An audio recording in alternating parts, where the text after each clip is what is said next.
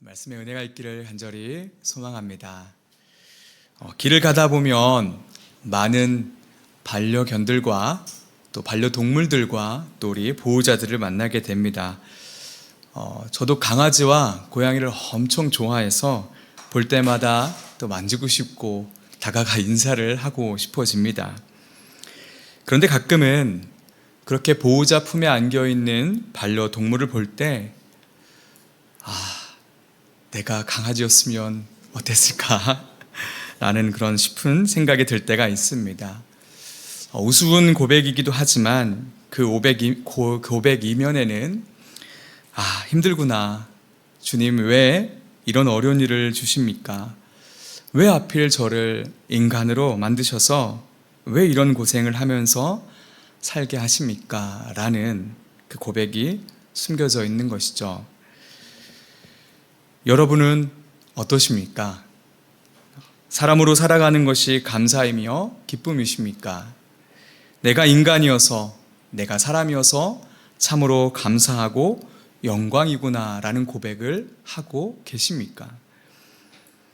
얼마 전에 뉴스를 보는데 정말 충격을 금할 수 없는 소식을 접했습니다. 생일상을 차려준 아들을 사제 총기로 그 목숨을 빼앗은 소식이었죠.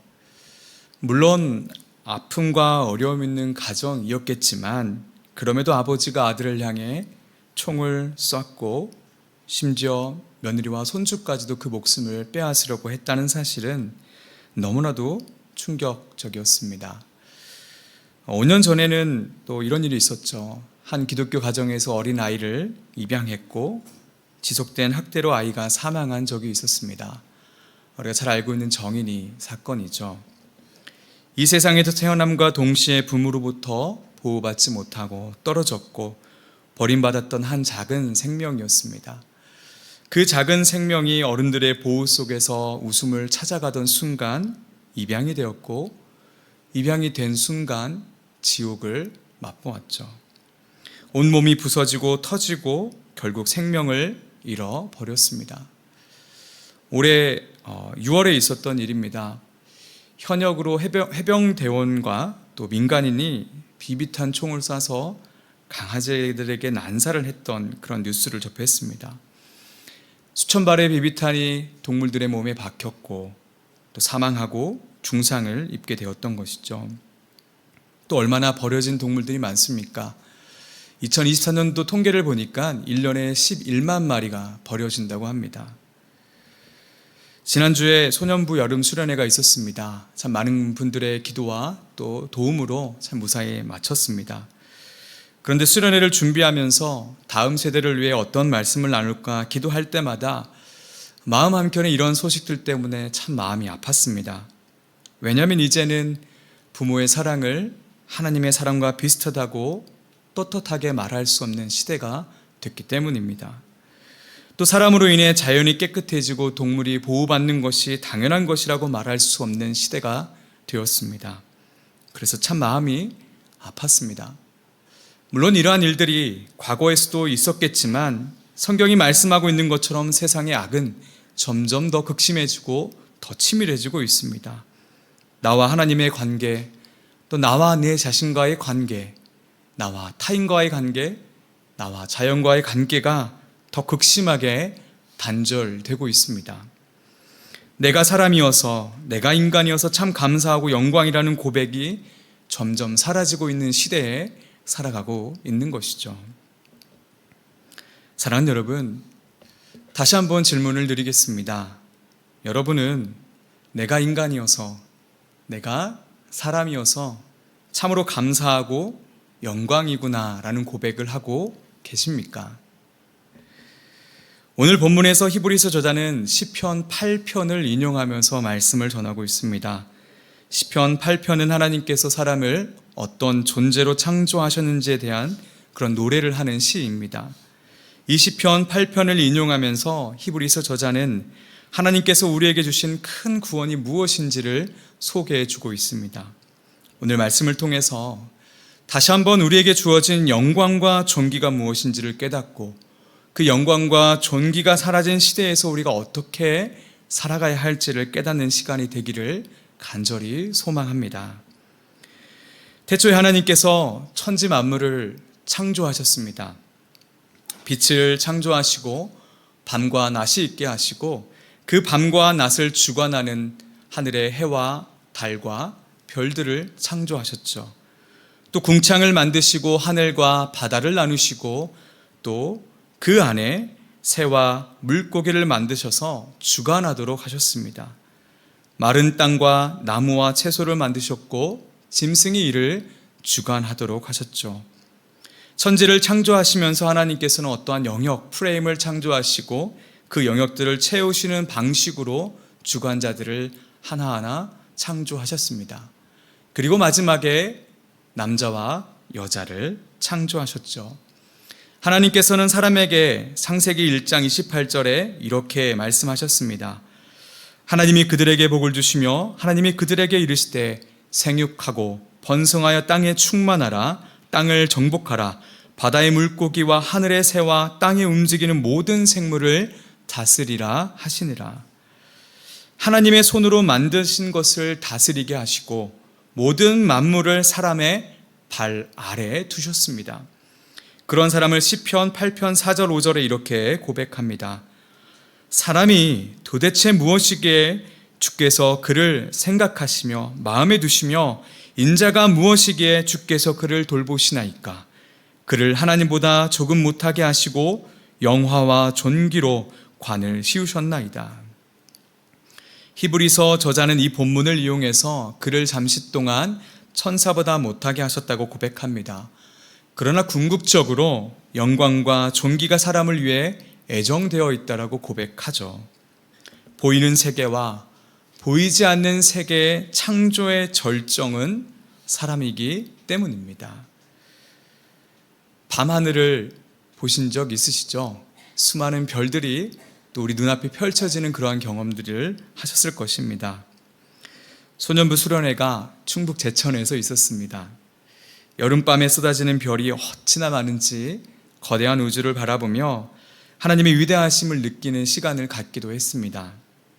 그 우주 속에 나라는 존재를 생각해 보니 너무나 작고 초라한 존재인 것이죠. 인간의 연약함, 그 유한함은 저 광대한 우주 앞에 너무나도 보잘것없는, 비교할 수 없는 그러한 존재였습니다.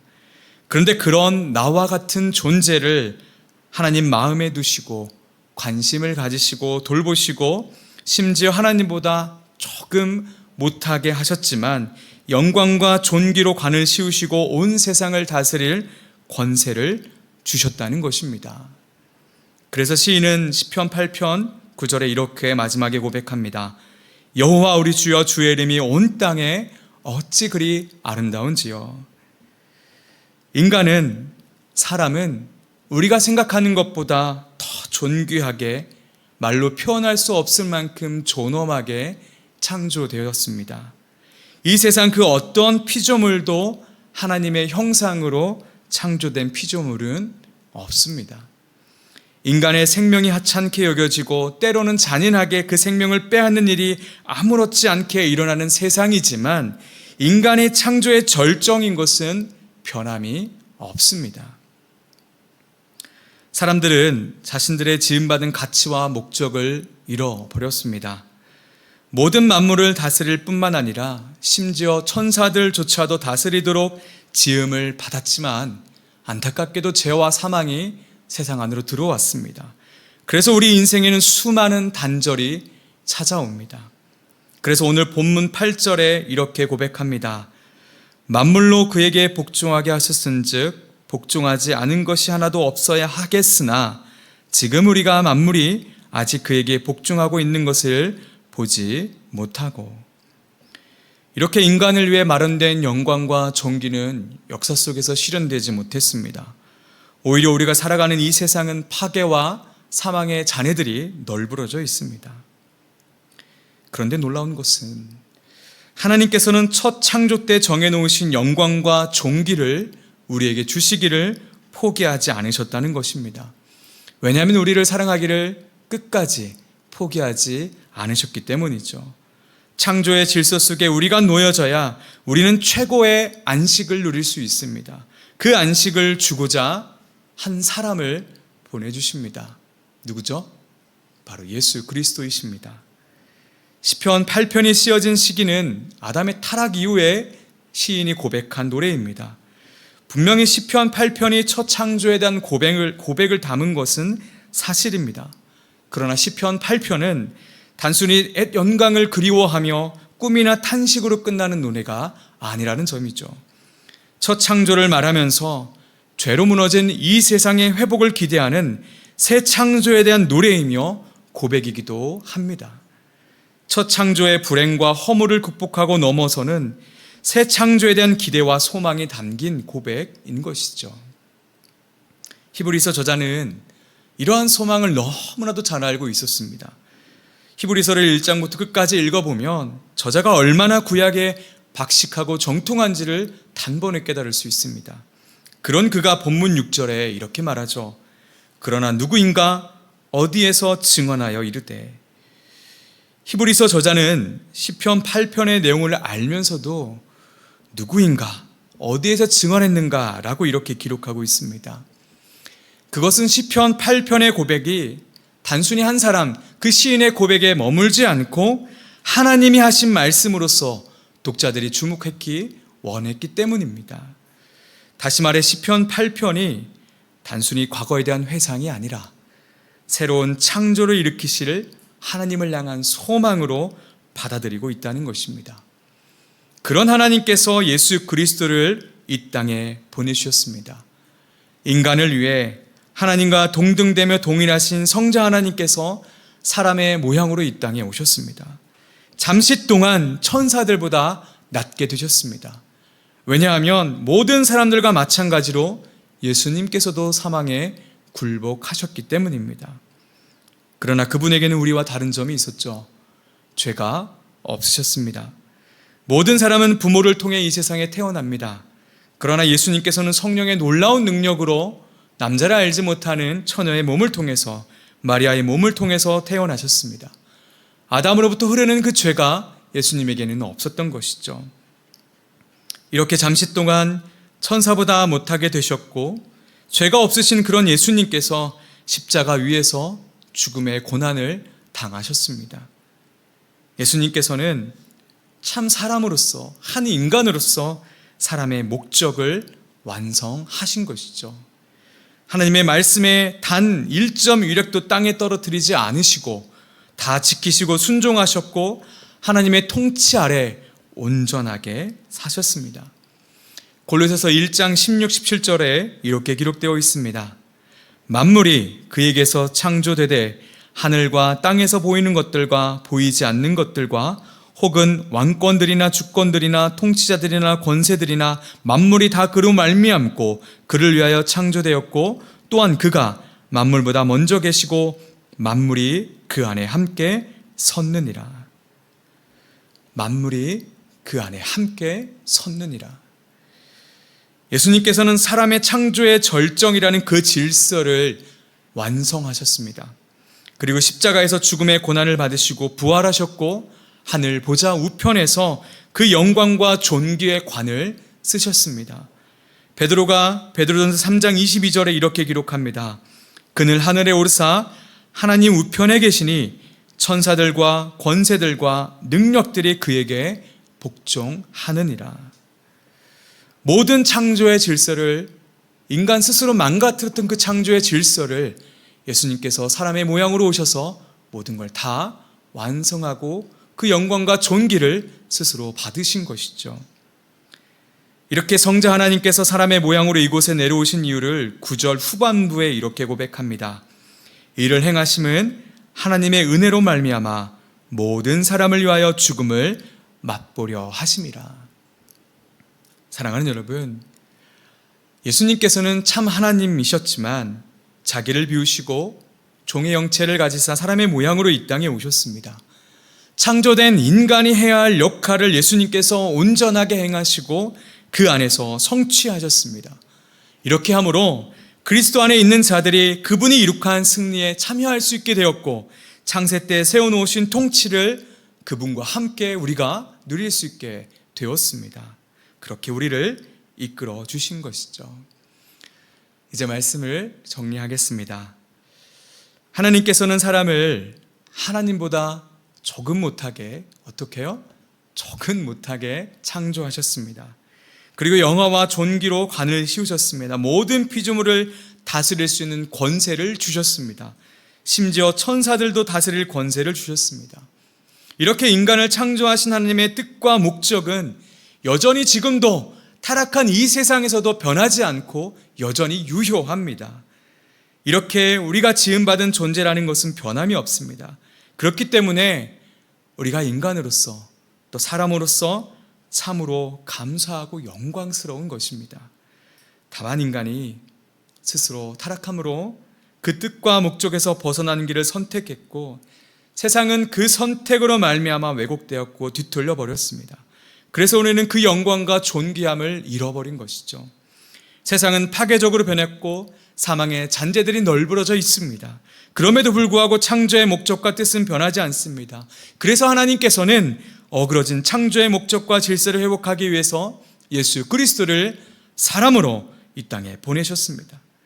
그분은 인간이 망쳐놓은 창조의 목적과 질서를 죽음의 고난을 받으심으로 온전하게 회복하셨습니다. 그리고 우리에게 회복의 길을 열어주셨습니다. 사랑하는 여러분, 영광과 존귀가 사라진 시대에 유일한 소망은 예수 그리스도밖에 없습니다. 우리가 그분 안에 있을 때 우리가 인간으로 가져야 할 영광과 존귀함이 회복되어 갈 수가 있습니다. 비록 아버지가 아들의 생명을 빼앗는 일이 일어나고 또 사람의 생명을 수단으로 삼아 빼앗아 버리고 피조물의 생명을 귀히 여기지 않는 일들이 계속 반복적으로 일어나겠지만 우리는 그 세상 한복판에서 예수 그리스도 안에서 다시 세상을 변화시킬 그런 작은 불씨가 될 줄로 믿습니다. 그 작은 불씨가 세상을 집어삼키는 성령의 불이 될 것이고 다시 세상에 창조의 질서를 세우는 토대가 될 줄로 믿습니다. 사랑하는 여러분, 우리가 받은 구원이 이만큼 대단하고 위대하고 매우 큽니다. 이 구원을 등한히 여기지 마십시오. 우리가 들은 것에 더욱 유념함으로 흘러 떠내려 가지 않도록 우리의 마음을 붙잡으시길 소망합니다. 하나님의 형상으로 창조된 나 자신을 기억하고 그 형상을 회복하기 위해 죽음의 고난을 감당하신 그 예수 그리스도의 은혜와 하나님의 무한하시고 풍성한 사랑을 기억하고 붙잡는 그렇게 걸어가는 우리 모두가 되기를 간절히 소망합니다. 우리 이 시간 함께 찬양하면서 이 땅에 오신 주님의 사랑을 기억하고 그 오신 발걸음에 우리를 향한 하나님의 사랑, 우리를 존귀하게 여기시고 존엄하게 여기시는 그 하나님의 뜻이 있음을 기억하면서 찬양하며 나가도록 하겠습니다.